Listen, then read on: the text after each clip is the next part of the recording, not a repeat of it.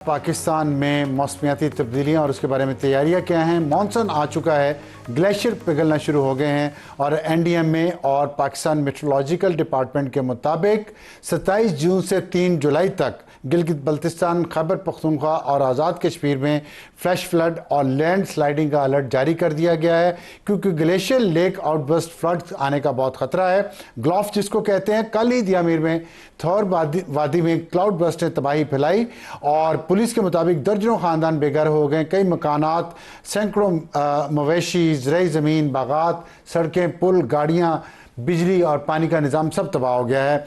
और इसके स्पार्को के मुताबिक 130 मुमकिन ऐसी जगहें या ऐसी झीलें हैं ग्लेशियर्स की जो कि मुसलसल जो ख़तरे का बायस है, उनमें से 24 पिघल रही हैं बदलते हुए मौसमियाती हालात की वजह से। पिछले साल जून में भी जून से लेकर सितंबर के आखिरी हफ्ते तक ये सब कुछ जारी रहा और इसके बाद 1000 से ज़्यादा अफराद जाँ बहक हुए और मज़ीद 1000 ज़ख्मी हुए। इसके अलावा अगर मैं आपको बताऊं तो पिछले साल जो सैलाब आए थे गैर मामूली बहाव के बायस चनाब और रावी और सतलज में, उसमें पंजाब में 3900 देहात ज़ेरे आब आए थे और 4000 जानवर डूब गए थे। लाखों अफराद रिलीफ कैंप्स में पनाह लेने पर मजबूर हुए। इस साल भी ये सारी सूरत हाल पैदा होने का खदशा है, क्योंकि वैसे भी इंडिया ये कह चुका है कि वो पाकिस्तान के ख़िलाफ़ आबी जारियत करेगा। वो पाकिस्तान का पानी बंद करता है, अचानक खोलता है और अभी भी वो अपने तमाम डैम भर रहा है। जब वो डैम भर जाएंगे तो वो अचानक खोलेगा और साथ ही बारिशों का एक सिलसिला भी शुरू होगा जिसमें ये सारी सूरत हाल फिर ख़राब हो सकती है। लेकिन हमारी तैयारी क्या है इस बारे में? हमारी तैयारी ये है कि वजारत मौसमियात का बजट जो था पीएसडीपी का, वो 3.5 अरब रुपए था पिछले साल। इस साल कम होकर 2.5 अरब रुपया, 2.5 अरब से भी कम हो गया है। ये क्यों है ऐसा? और अगर बजट कम होगा तो क्या हम बेहतर तरीके से इन मौसमियाती तब्दीलियों का मुकाबला कर सकते हैं? सोचिएगा इस पे। हमारा आज का हॉट इशू, एआई ने एंट्री लेवल जॉब्स ख़त्म करना शुरू कर दी। कुछ इंटरनेशनल लोगों के मुताबिक, फॉर एग्जांपल एंथ्रोपिक के चीफ एग्जीक्यूटिव ने कहा है कि फाइनेंस, टेक, लीगल और काउंसलिंग इंडस्ट्री में तकरीबन हाफ जॉब्स ख़त्म हो जाएंगी एआई की वजह से। इसी तरह सीईओ फोर्ड मोटर्स का कहना है कि वाइट कॉलर जॉब्स को रिप्लेस कर देगा एआई। और फिर इसके अलावा लिंक्डइन का एक सर्वे है जिसमें 63% जो एग्जेक्टिव्स हैं उन्होंने कहा है कि एआई एंट्री लेवल जॉब्स को तब्दील कर देगा। हमें ज्वाइन किया हबीबुल्लाह खान साहब ने, जो डिजिटल इकोनॉमी के एक्सपर्ट हैं, और उनसे पूछेंगे कि हमारी पाकिस्तान की जन जी को, नौजवान नस्ल को क्या करना चाहिए कि उन्हें मुस्तकबिल में बेरोज़गारी का सामना ना करना पड़े, जो अभी भी आज भी पाकिस्तान में 22% है। हफीज़ पाशा जो बहुत बड़े इकोनॉमिस्ट, साबिक वज़ीर ख़जाना भी रहे हैं, उनके मुताबिक, लेकिन हुकूमत के मुताबिक बेरोज़गारी 7 से 9% है। हबीब साहब ये बताइएगा, जो जॉब मार्केट है, वो जो यंग जनरेशन आ रही है, जिस तरह की डिग्रीज लेके आ रहे हैं, उनको आगे जॉब्स नहीं मिल रही। मैं देख रहा हूँ कि बहुत सारे लोग डिग्रियाँ हाथ में उठाए फिर रहे हैं। तो क्या करना चाहिए? हमारी प्लानिंग क्या है, पॉलिसी क्या है, एग्जीक्यूशन क्या है उन पॉलिसीज़ की? अच्छा सर, काफ़ी जानदार सवाल है। पहले तो इस मसले को बयान जानदार जवाब चाहिए।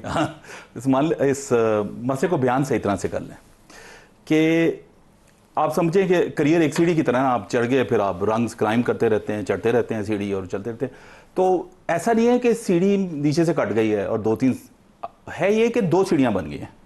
अगर आप पुरानी सीढ़ी पे जाएंगे बहुत मुश्किलात होंगी, नई सीढ़ी पे जाएंगे तो बेनिफिट्स बहुत है। ठीक है ना? अगर आप देखें तो पुरानी सीढ़ी कौन सी, नई कौन सी? ये पुरानी सीढ़ी वो है जिसको एआई ने खा लिया, जिसके जॉब्स को, स्पेशली जो है ना, जो एंट्री लेवल पे हैं, जो फौरन ही आप शुरू करते हैं कॉलेज से निकल के, यूनिवर्सिटी से निकल के। और जो दूसरी सीढ़ी है, ये जो बात उन्होंने की है, टेक की है, फाइनेंस की है, इसके अंदर भी इसके अंदर भी जरा इसमें थोड़ी सी नुआंस की जरूरत है। देखें, अगर आप एआई को इस्तेमाल करके अपने आप को बेहतर कर सकते हैं तो आप दूसरी सीढ़ी पे जा रहे हैं। तब आपकी तनख्वाह में भी 60% ज्यादा इजाफा होगा।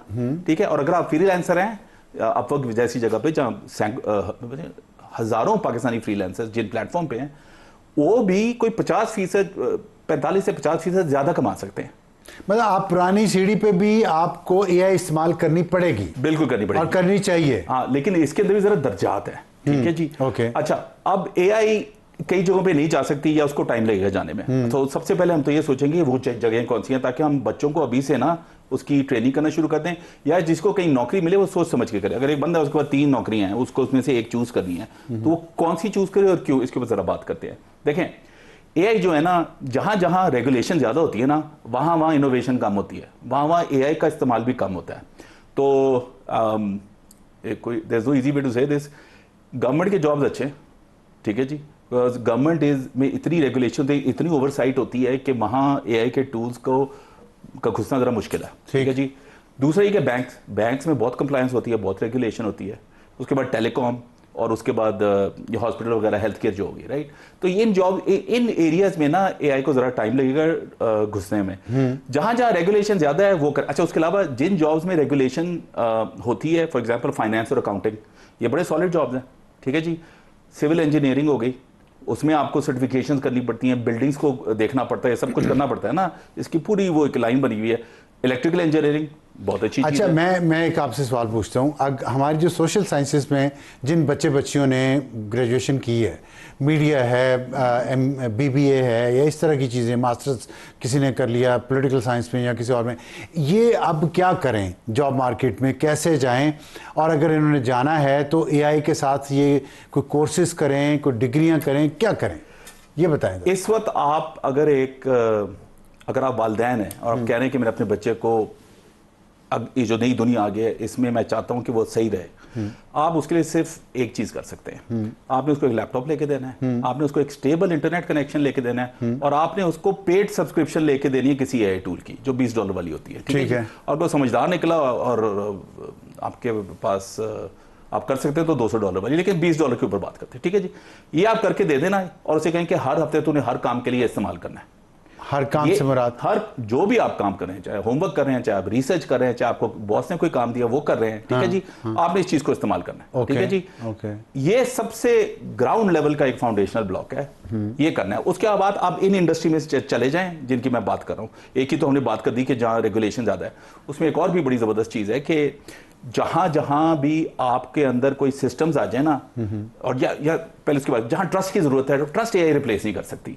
तो जहां भी केयर देनी है ना एल्डरली को, नर्सिंग वगैरह, ये बड़े अच्छे जॉब्स हैं, ठीक है जी। अच्छा, ये जो आपकी प्लम्बर वाले जहां आपको हाथ से काम करना पड़ता है ना, और वैल्यूडेशन है, सर ये बहुत जबरदस्त जॉब है। मैं कहता हूं इस वक्त नैफटेक जो है ना, उसका आपको 10 गुना बजट कर देना चाहिए। वो तो स्किल सेट हो गया, वो उसका एआई से कोई ताल्लुक तो नहीं। उसका है, क्योंकि वो पैसे कमा सकता है। देखिए एआई क्या है, एआई आपको पैसे कमाने से रोक सकता है। हम तो यही बात कर रहे हैं ना कि जी आप नौकरी कर रहे थे, अब नौकरी नहीं कर सकते।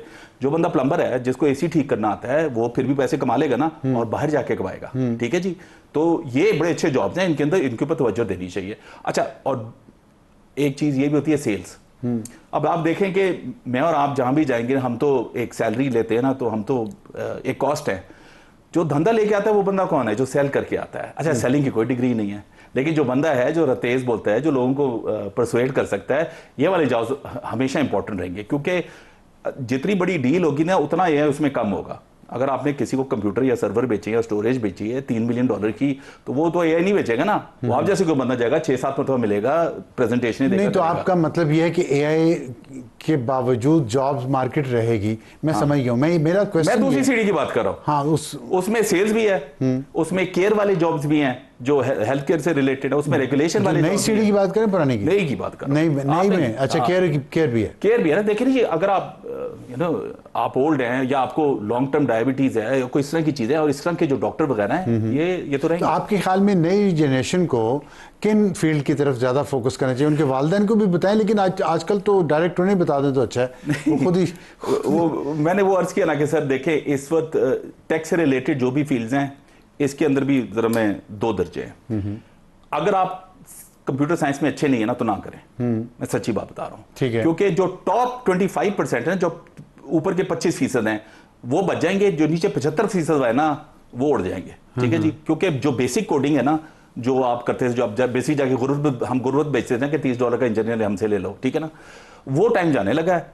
लेकिन जो बंदे सिस्टम को समझ लें, जो मशीन लर्निंग को समझ लें, जो साइबर सिक्योरिटी को समझ लें, इन फील्ड्स के अंदर अगर आपके अंदर बाकी टैलेंट है, तो तो आप बिल्कुल कंप्यूटर साइंस अगर मुझे कंप्यूटर साइंस का नहीं पता तो मैं एआई सीख सकता हूँ, एआई को इस्तेमाल कर सकता हूँ अपने काम के लिए, जो भी काम मैं कर रहा हूँ। अफजार भाई मैं करता हूँ ना, मैं इस वक्त 6 बंदों का काम कर सकता हूँ। क्यों? क्योंकि मैंने वो एआई टूल्स इस्तेमाल कर लिए हैं। देखिए अब पहले होता ना, लोग कहते थे कि जॉब डिस्क्रिप्शन आई, आपने उसके मुताबिक अप्लाई किया कि चलो मैंने नौकरी कर ली, ठीक है जी। अब वो मर गया है, वो जमाना ही मर गया है। अब आप क्या कहते हैं, आप ये नहीं कह सकते कि मैं ये कर सकता हूं, अब वो कहना पड़ेगा कि मैं ये रिजल्ट डिलीवर कर सकता हूं, ठीक है जी। अब ये नहीं कह सकते कि अच्छा आपको कोई बंदा चाहिए जो पोस्ट लिख सके, वो जमाना गया। अब आप कहना पड़ेगा जी मैं पोस्ट लिखूंगा, उन पोस्ट की वजह से 44% या 45% मैं आपकी रीच बढ़ाऊंगा और उससे धंधा ला के दूंगा जो आपकी सेल्स टीम को मैं दे दूंगा।